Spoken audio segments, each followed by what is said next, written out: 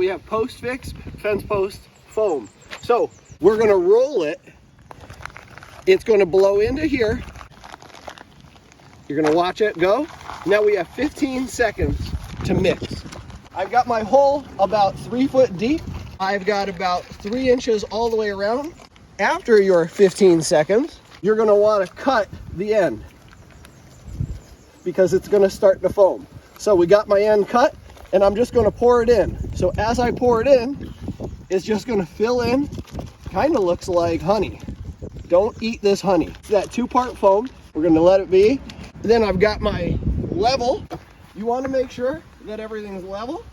You've got about 5 minutes till it solidifies, and you can look down the hole and see how it's starting to foam up already. It's just gonna go around the post, and at some point, it's going to solidify and be enough of a base under there for this post to be solid. So go ahead. So it's been about 45 seconds since the initial pour, and it looks like it's starting to foam. It's about halfway up, and I had similar hole here, so it came out just a little bit. The first hole I did was just a little shallower, so it came out quite a bit. And we're gonna see how solid it is on each one.